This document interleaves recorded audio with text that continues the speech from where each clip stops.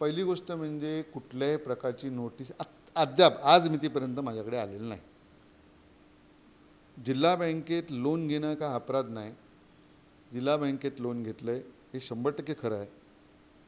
आज बँकेचं रिपेमेंट पण 2034पर्यंत असतं, 33पर्यंत लोनची मुदत असताना सुद्धा रिपेमेंट पण मोठ्या प्रमाणात त्या ठिकाणी झालेलं आहे. राजकीय हेतूने प्रेरित होऊन पालकमंत्री सध्या बँकेत तिथे आहेत. जुने सगळे राग काढण्याचं काम त्यांच्या माध्यमातून केला जातो.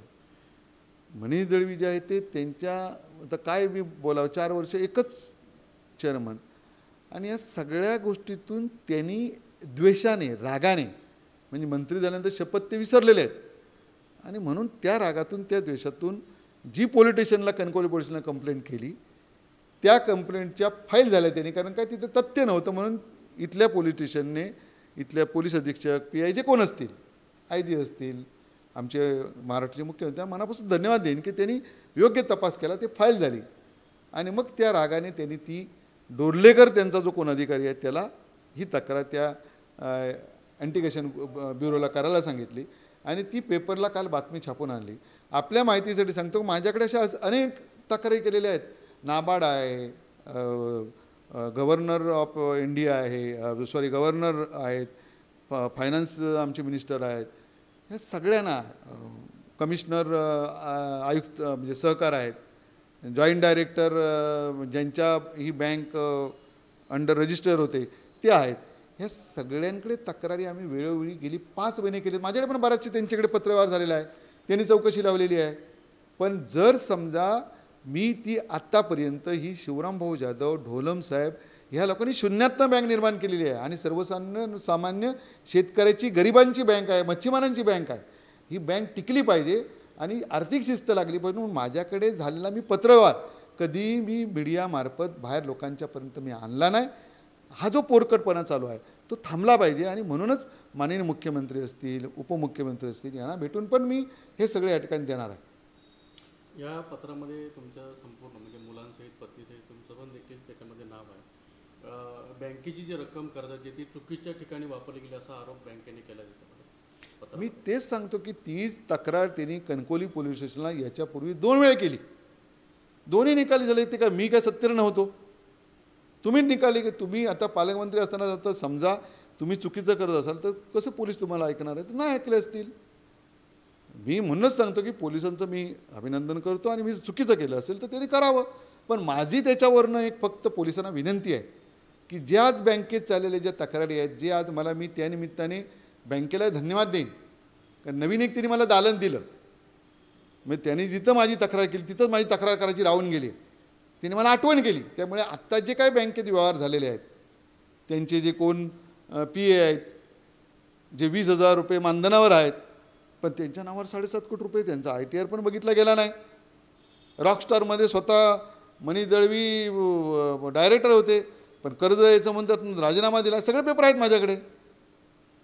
करोड रुपये त्यांना कर्ज दिलेलं आहे आणि म्हणून ह्या सगळ्याची चौकशी व्हावी अशी माझी मागणी या ठिकाणी मी ह्या सगळ्या वेगळ्या ज्या एजन्सी आहेत त्यांच्याकडे याच्यापूर्वी केली आहे. त्यांनी पत्रव्यवहार केला आहे, बँकेला केला आहे, जॉईंट डायरेक्टरला केला आहे, कमिशनरला केला आहे. चौकशी चालू आहे म्हणून मला सांगितली. नसेल तर माननीय उच्च न्यायालयाकडे हे सगळी गोष्ट त्यांच्या निदर्शनाने मी आणणार आहे. कारण शेवटी बँक टिकली पाहिजे. आमच्याकडे कोकणामध्ये कुठलंही कोऑपरेटिव्ह जिल्हा बँके सोडून दुसरं काय नाही. त्यामुळे ज्या महर्षीने शिवरामभाऊ जाधव असतील, ढोरमसाहेब असतील ह्या सगळ्यांना ज्यांनी ही बँक निर्माण केली ती बँक टिकली पाहिजे हाच माझा याच्या मागचा उद्देश आहे. पण यामध्ये सहकार क्षेत्रामध्ये पालकमंत्र्यांचा रोल नेमका कसा आहे? तुम्ही आरोप करताय पालकमंत्र्यांनी हे सगळं जाणून बुजून केलं. नाही तेच जास्त तिथे तज्ज्ञ संचालक म्हणा आहेत. नाहीतर प्रेशरखाली आत्तापर्यंतच्या बँकेच्या इतिहासात तुम्ही सांगा अशी एखादी CBIला एखादी तक्रार झाली, अँटी करप्शन ब्युरोला झाली किंवा आणि कोणाकडे तक्रार झाली किंवा एकाच वेळी 101 एकाच वेळी सहकार कोर्ट 91 ते एकाच वेळी हायकोर्ट अशा ज्या काही तक्रारी एकाच वेळी इथे खाली 101 हे सगळ्या गोष्टी ज्या केल्या गेल्या आहेत हे राजकारण म्हणून करून केलं गेलं आहे. मला तक्रारीबद्दल काय म्हणायचं नाही. माझे जर दोष असेल तर 100% करा. माझी बदनामी करण्यासाठी हा षडयंत्र केलेला आहे. पालकमंत्री एक विसरतात की तिथे शपथ जी आपण घेतो ते कुठलं द्वेष ठेवायचा नसतो. तर मध्ये जसं सांगितलं की कुठल्या ग्रामपंचायत सरपंच आमचे नसतील त्यांना आम्ही फंड देणार, असे अनेक विषय आहेत. त्यामुळे आपण त्या विषयावर आपण नंतर चर्चा करू. आणि मी बोलताना माझ्याकडे आपण बघितलं नाबार्डचे रिपोर्ट आहेत, बँकेने केलेले रिपोर्ट हे मी तुम्हाला दाखवलं, बँक कर्ज कशा प्रकारचं कोणाला देऊ शकतं ते तुम्हाला दाखवलं. आज बाहेरची जी मंडळी आहेत त्यांना कर्ज कसं दिलं गेलं. आज 900 कोटी रुपये साखर कारखान्यातून, साखर कारखाना जिवंत आहे, चालू आहे, हे बघितलं गेलं पाहिजे. आता ती यादी तुम्हाला कधीतरी मी देईन. त्याच्याही बाहेर जाऊन जे काही दिल्ली, लखनौ हे आता येऊन तिकडे कोण कोण बसलेत जागा घेत, त्यांनाही काही पैसे दिलेत. काहींनी 63ची महसूलची परवानगी घेऊन जागा घेतलेत, त्यांचा म्हणजे नियमाच्या बाहेर जाऊन त्याच्या केसेस चालू आहेत, त्यांनाही पैसे दिलेले आहेत. तर ह्या सगळ्या गोष्टीची चौकशी 100% व्हायला पाहिजे. आणि जे दोषी असतील, समजा मी दोषी असेल, ज्या शासन मला, जो कोण दोषी असेल त्यांना या ठिकाणी पनिशमेंट व्हायला पाहिजे, शिक्षा व्हायला पाहिजे, हे माझं मत आहे.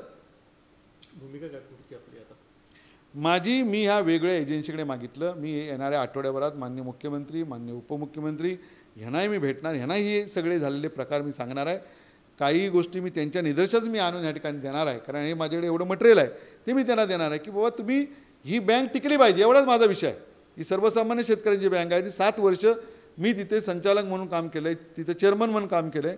ही बँक टिकली पाहिजे हाच माझा उद्देश आहे.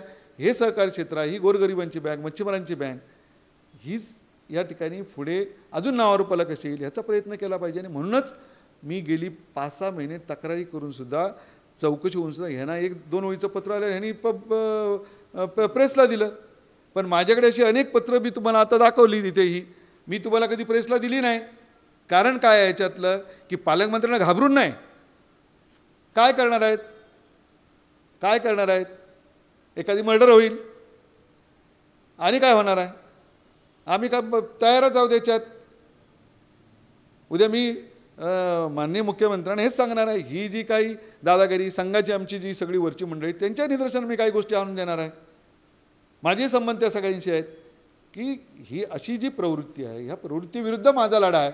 मी पालकमंत्री किंवा मनीदेवी टार्गेट करण्यासाठी नाही, ही बँक टिकली पाहिजे. आता सांगा 65 लाख रुपये काय स्वित्झर्लंडला सहकारमध्ये बघण्यासाठी संचालक मंडळ जे गेलं आहे बघा, हे काय पालकमंत्र्याची परवानगी घेतल्याशिवाय गेले का, पालकमंत्र्याच्या परवानगीशिवाय कोणाला तिथे पैसे दिले गेले का, पालकमंत्र्याच्या परवानगीशिवाय तिथं उठतं बसतो कोण काय, पालकमंत्र्याच्या परवानगीशिवाय 4 वर्ष तो मनीदेवी तिथं राहिला, हे कोणाच्या ह्याच्यावर आहे, ते दोष कोणाला देणार. बाकीचे सुद्धा होते, मग तज्ञ संचालक जाऊ शकले असते. आता तो सुद्धा ऑडिटचा ह्याचा रिपोर्ट आहे नाबार्डचा, कोण कशा प्रकारची चुकीची नेमणूक, ते काढू पुढच्या वेळी आपण. पण तुम्ही घाबरून, तुम्हाला वाटलं की असं करून काय भीती कोण घाबरणार आहे तुम्हाला, सोडून द्या. असलं राजेन तेली आणि त्यांची फॅमिली कधी घाबरणार नाही, एवढं लक्षात घ्या. सच्चाईने ते वागलो, इथले सच्चाईने इथल्या जनतेला, इथले देव परमेश्वर, इथले सगळे इथे अति केलेलं कोणाला चालत नाही. त्यामुळे ते ठीक आहे, तुम्ही तुमचं नशीब चांगलं आहे, ठीक आहे, बघू. धन्यवाद. चुकीच्या पद्धतीने बँक पैसे वाटप करतोय, नेमका भ्रष्टाचार होतोय असं म्हणताय का? आता याला भ्रष्टाचार म्हणायचा काय म्हणायचं तुम्ही समजा ना. आता मी तर तक्रारी केलेल्याच आहेत. काय इथली जी कर्ज प्रकरणं ही कोणाला देतात, बँकेचं धोरण काय सांगतं की स्थानिक जे सर्वसामान्य शेतकरी आहेत, आत्ता मच्छीमारांचं धोरण आलं, ह्या लोकांना तुम्ही दीर्घमुदतीची कर्ज द्या. आता जे आता याच्यात मी ते राहुल पै आणि जी नावं घेतली किंवा ती डेक्कन रॉकस्टार, आता हे काही तुम्हाला काही शेतकरी नाही ना, हे काही शेतकरी आहेत का. बरं दुसरा तो कोणतो महाजन आहे, जागा विक्री धंद्यासाठी ही बँक नाही आहे. ही तुम्ही तिकडे झाडं लावा, जमीन हे करा, त्याच्यासाठी बँक आहे. राजेन तेलीच्या मुलांनी जी जागा घेतली ती आज मोठ्या मंडळात जशी आहे त्याची किंमत काढा. त्यामुळे माझं म्हणणं एवढंच आहे की ह्या जिल्ह्याच्या बाहेरच्या लोकांना जी कर्ज दिली आहेत, एकाला इस्लामपूरला कोणाला एज्युकेशन लोन दिलं आहे काहीतरी 20-25 करोड रुपये, ह्याची चौकशी व्हायला पाहिजे. आणि हे सर्वसामान्य शेतकऱ्यांचे पैसे बुडता कामा नयेत. आत्तापर्यंत महाराष्ट्रात काही बँकांची काय परिस्थिती झाली हे सगळ्या लोकांना माहिती आहे, आणि म्हणून ह्या बँकेची परिस्थिती होता कामा नये म्हणून माझी धडपड या ठिकाणी सुरू आहे. मला कोणाला दुखवण्याचा उद्देश नाही. धन्यवाद.